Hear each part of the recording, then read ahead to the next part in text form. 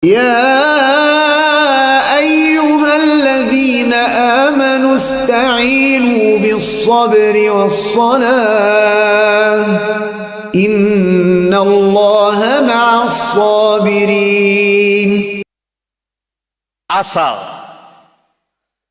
karena asal kesesatan itu, munculnya kesesatan itu dari sebagian kelompok-kelompok sesat, ada kalanya kemunculannya disebabkan karena kemunafikan untuk merusak Islam dari dalam. Karena kalau sunnah sudah ditinggalkan dan hanya berpegang dengan Quran saja, berarti Quran tidak bisa diamalkan. Bagaimana orang mengamalkan salat? Di dalam Al-Quran hanya ada perintah mendirikan salat, tetapi tidak diterangkan oleh satupun ayat bagaimana cara mendirikan salat. Nabilah sallallahu alaihi wasallam yang menjelaskannya dalam sunnah beliau, sehingga hadis-hadis tentang salat menduduki ranking pertama terbanyak dari seluruh hadis-hadis Rasulullah sallallahu alaihi wasallam. Salat yang begitu beragam banyak, dari salat wajib, salat sunat, macam-macam salat. Dari bagaimana caranya, itu semuanya ada di dalam sunnah. Tidak ada dalam Al-Quran. Al-Quran memerintahkan, itu tadi, Allah perintahkan, litubayyina linnas, agar engkau menjelaskan kepada manusia. Al-Quran yang Allah turunkan kepada mereka, supaya mereka paham. La'allahum yatafakkarun, supaya mereka memikirkan, yakni mereka paham. Itu baru salat, belum yang lainnya dan yang lainnya. Karena sunnah yang memberikan bayan atau penjelasan dan menafsirkan serta menunjuki Al-Quran. Tadi di dalam khutbatul hajah saya membacakan sebuah hadis, amma ba'd fa inna khairal hadisi kitabullah wa khairul haji haji Muhammad sallallahu alaihi wasallam. Amma ba'du, sesungguhnya sebaik-baik perkataan adalah kitabullah, Al-Quran, dan sebaik-baik petunjuk adalah petunjuk Muhammad sallallahu alaihi wasallam. Menunjukkan bahwa Al-Quran ditunjuki oleh sunnah. Itu kebesaran sunnah. Ya? Berarti ini, paham ini, pengingkaran terhadap sunnah muncul, terbit atau berasal dari kezindikan, dari kemunafikan yang tujuannya untuk merusak Islam dari dalam. Karena kalau sunnah sudah tidak ada lagi, tidak dipakai, maka Al-Quran pun tidak bisa diamalkan. Dan Islam pun tidak bisa diamalkan, tidak bisa didakwahkan.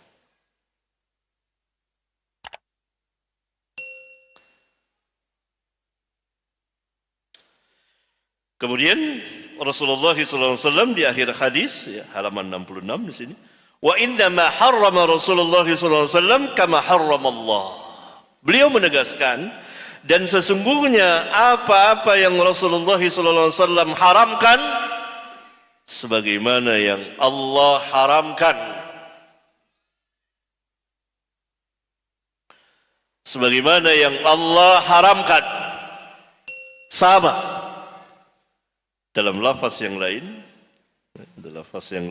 saya terangkan riwayatnya ya, dikeluarkan oleh fulan, antum bisa membacanya. Yushikur rajulu muttaki'an ala arikatihi yuhaddatsu bihaditsin min hadithi fayaqul Sudah dekat waktunya akan datang seseorang yang bersandar di atas peraduannya. Lalu diceritakan kepadanya sebuah hadis dari hadisku. Saya datang orang, ini ada hadis dari Nabi SAW. Maka orang itu dengan sombongnya, dan dia seorang yang sangat pemalas, tidak pernah nuntut ilmu. Fayaqul, dia mengatakan, bainana wa bainakum kitabullahi azza wa jalla. Di antara kamu dan kami, di antara kami dan kamu, hanya ada kitabullah azza wa jalla. Tidak ada yang lainnya. Hanya kitabullah saja. فَمَا وَجَدْنَا فِيهِ مِنْ حَلَالٍ إِسْتَحْلَلْنَاهُ وَمَا وَجَدْنَا فِيهِ مِنْ حَرَامٍ حَرَّمْنَاهُ. Maka apa-apa yang kami dapati dalam Al-Quran dari perkara-perkara yang halal, niscaya kami akan menghalalkannya. Dan apa-apa yang kami dapati dalam Al-Quran dari perkara-perkara yang haram, pasti kami akan mengharamkannya. Maka Rasulullah SAW membantahnya. Ala, ketahuilah, wa inna ma harrama Rasulullah SAW mithlu ma harrama Allah. Ketahuilah, sesungguhnya apa-apa yang Rasulullah SAW haramkan sama dengan apa-apa yang Allah haramkan. Karena Rasulullah SAW diberi hak untuk menghalalkan dan mengharamkan oleh Allah Tabaraka wa Ta'ala. Sepeninggal Rasulullah SAW, muncullah kelompok ini, para pengingkar sunnah. Dari satu masa ke masa yang lain sampai pada masa kita. Mereka hanya berpegang dengan Al-Quran. Tapi sebetulnya mereka juga tidak berpegang dengan Al-Quran. Karena kalau saudara bertanya, bagaimana cara salat kita menurut Al-Quran? Mereka tidak bisa menjawab. Akhirnya mereka pun tidak sholat. Dan seterusnya. Itu kelompok pengingkar sunnah. Secara mutlak.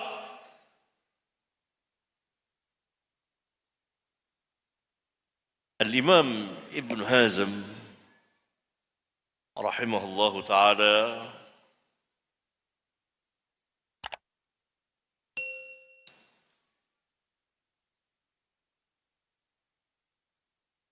menjelaskan bahwa telah terjadi ijma' ulama akan kufurnya orang yang mengingkari hadis atau sunnah secara mutlak. Al-Imam Ibn Hazm hidup di abad ke-5 Hijriyah. Ijma' ulama Islam. Siapa saja yang mengingkari, menolak sunnah Nabi sallallahu alaihi wasallam, keberadaan sunnah, kehujjahan sunnah sebagai dasar hukum Islam yang kedua setelah Al-Quran dan ditolak secara keseluruhannya, maka dia kafir setelah ditegakkan hujjah, diberitahukan. Itu ijma'. Telah terjadi ijma' ratusan tahun yang lalu. Para ulama, karena munculnya kelompok ini. Dan jelas kelompok ini dari kaum zindiq. Dan dari masa ke masa para ulama membantahnya. Ada lagi kelompok kedua yang tidak menolak sunnah secara keseluruhan, tapi penolakannya terhadap sunnah sebagian besar atau sebagiannya. Mereka tidak memakai hadis kecuali hadis mutawatir. Hadis ahad tidak. Ini dari firqah-firqah sesat seperti Mu'tazilah dan Khawarij atau sebagian dari mereka. Ini jelas kesesatannya. Karena hadis wajib diterima apabila hadis itu telah sah datangnya dari Nabi sallallahu alaihi wasallam menurut pemeriksaan ahlinya dan berjalan sesuai dengan kaidah-kaidah yang telah ditetapkan ulama, yakni ulama hadis, untuk menentukan hadis tersebut sah atau tidak. Apabila telah sah, sahih atau hasan, maka wajib diterima. Apakah hadis itu mutawatir yang diriwayatkan oleh banyak orang, seperti hadis pertama dari kitab ini, man kadzaba alayya muta'ammidan, itu mutawatir. Banyak sekali sahabat yang meriwayatkannya, atau hadis yang hanya satu orang yang meriwayatkannya, seperti hadis innamal a'malu binniyat, atau hanya 2-3 orang yang meriwayatkannya, seperti hadis kedua di kitab ini, man haddatsa anni bihaditsin, 3 orang yang meriwayatkannya. Berapa saja orang yang meriwayatkannya, apabila telah sah hadis itu, maka wajib diterima. Hanya ahli bid'ahlah dan dari firqah-firqah sesatlah yang menolaknya. Hanya hadis mutawatir saja. Kemudian kelompok yang ketiga, yang hanya berpegang untuk akidah, mereka membagi untuk akidah harus datang dari hadis mutawatir. Sedangkan untuk ahkam hukum, padahal hukum dan akidah selalu ada kaitannya, boleh datang dari hadis ahad. Hadis ahad itu hadis yang hanya diriwayatkan oleh 1 orang atau 2 orang atau 3 orang. Hadis mutawatir, hadis yang diriwayatkan oleh banyak orang. Ini kelompok sesat dari Mu'tazilah yang dahulu dan Mu'tazilah yang sekarang. Untuk hukum, untuk akidah tidak boleh diambil kecuali dari hadis mutawatir. Padahal mereka sendiri tidak tahu mana yang mutawatir, mana yang tidak mutawatir. Saya ambil contohnya. Mereka menolak adanya azab dan nikmat kubur. Azab dan nikmat kubur. Padahal azab kubur itu hakun. Padahal hadis mengenai azab dan nikmat kubur mutawatir. Begitu banyak hadis-hadisnya.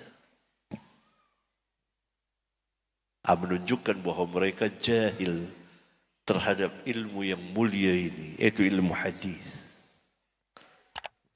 Itu kelompok ketiga. Kelompok keempat yang menolak hadis dengan mengatakan bertentangan dengan ayat Al-Quran. Padahal tidak ada hadis yang melawan, yang menyelisihi ayat Al-Quran. Enggak ada.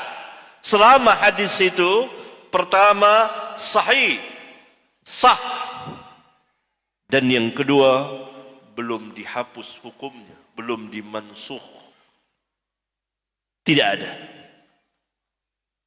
Tidak ada satupun hadis Nabi sallallahu alaihi wasallam yang dinyatakan sah oleh para imam atau sebagian dari mereka dari para imam ahli hadis yang menyelisihi Al-Quran. Enggak ada.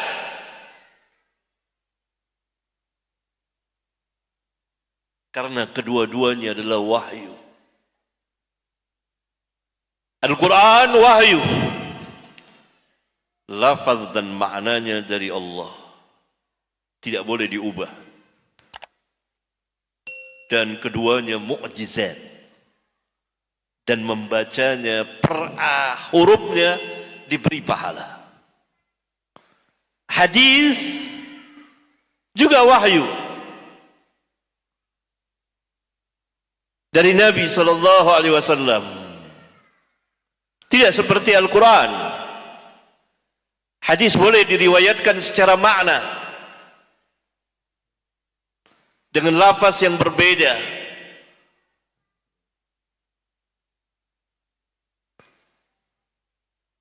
Sebagaimana firman Allah Subhanahu wa taala yang menjelaskan bahwa hadis itu, sunnah itu wahyu. Itu Allah Subhanahu wa taala berfirman, "Wa ma yantiqu 'anil hawa in huwa illa wahyu yuha." Dan dia Muhammad tidak berbicara dengan hawa nafsunya. Tidak ada ia melainkan wahyu yang diwahyukan kepadanya. Wahyu, ini wahyu kedua.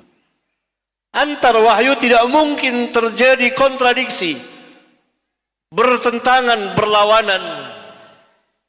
Syariat ini utuh, berjalan bersama, serasi. Sebagaimana alam semesta ini, karena Rabbnya satu, tidak saling bertabrakan satu dengan yang lain. Allahnya satu. Syariat ini turun dari Rabbul Alamin. Tidak mungkin terjadi pertentangan satu dengan yang lainnya. Allah Subhanahu wa taala berfirman, "Afala yatadabbaruna al-Qur'an? Walau kana min 'indi ghairi Allah lawajadu fihi ikhtilafan katsira." Tidakkah mereka mau mentadabburkan Al-Quran? Kalau sekiranya Al-Quran itu bukan dari sisi Allah, pastilah mereka akan mendapati di dalam Al-Quran itu perselisihan yang sangat banyak. Afala yatadabbaruna al-Quran, surat An-Nisa ayat 82.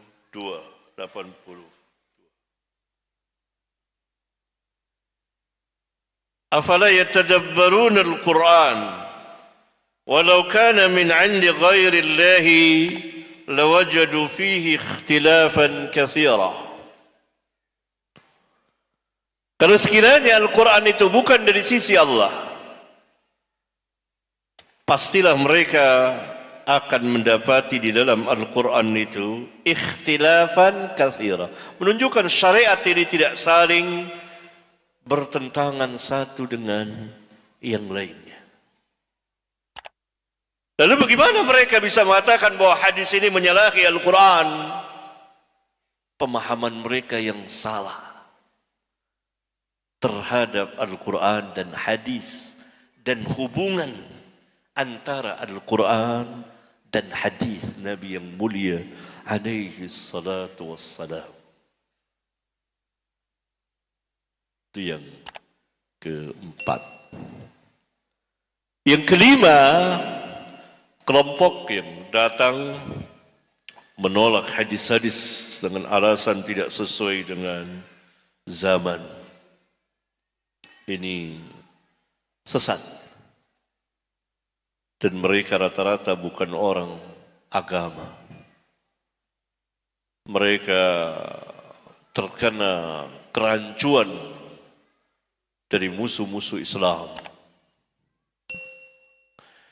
Padahal Nabi yang mulia alaihi salatu wassalam diutus untuk seluruh umat manusia sepanjang zaman.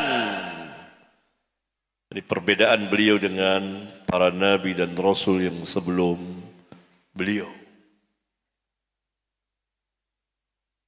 Karena itu sabdanya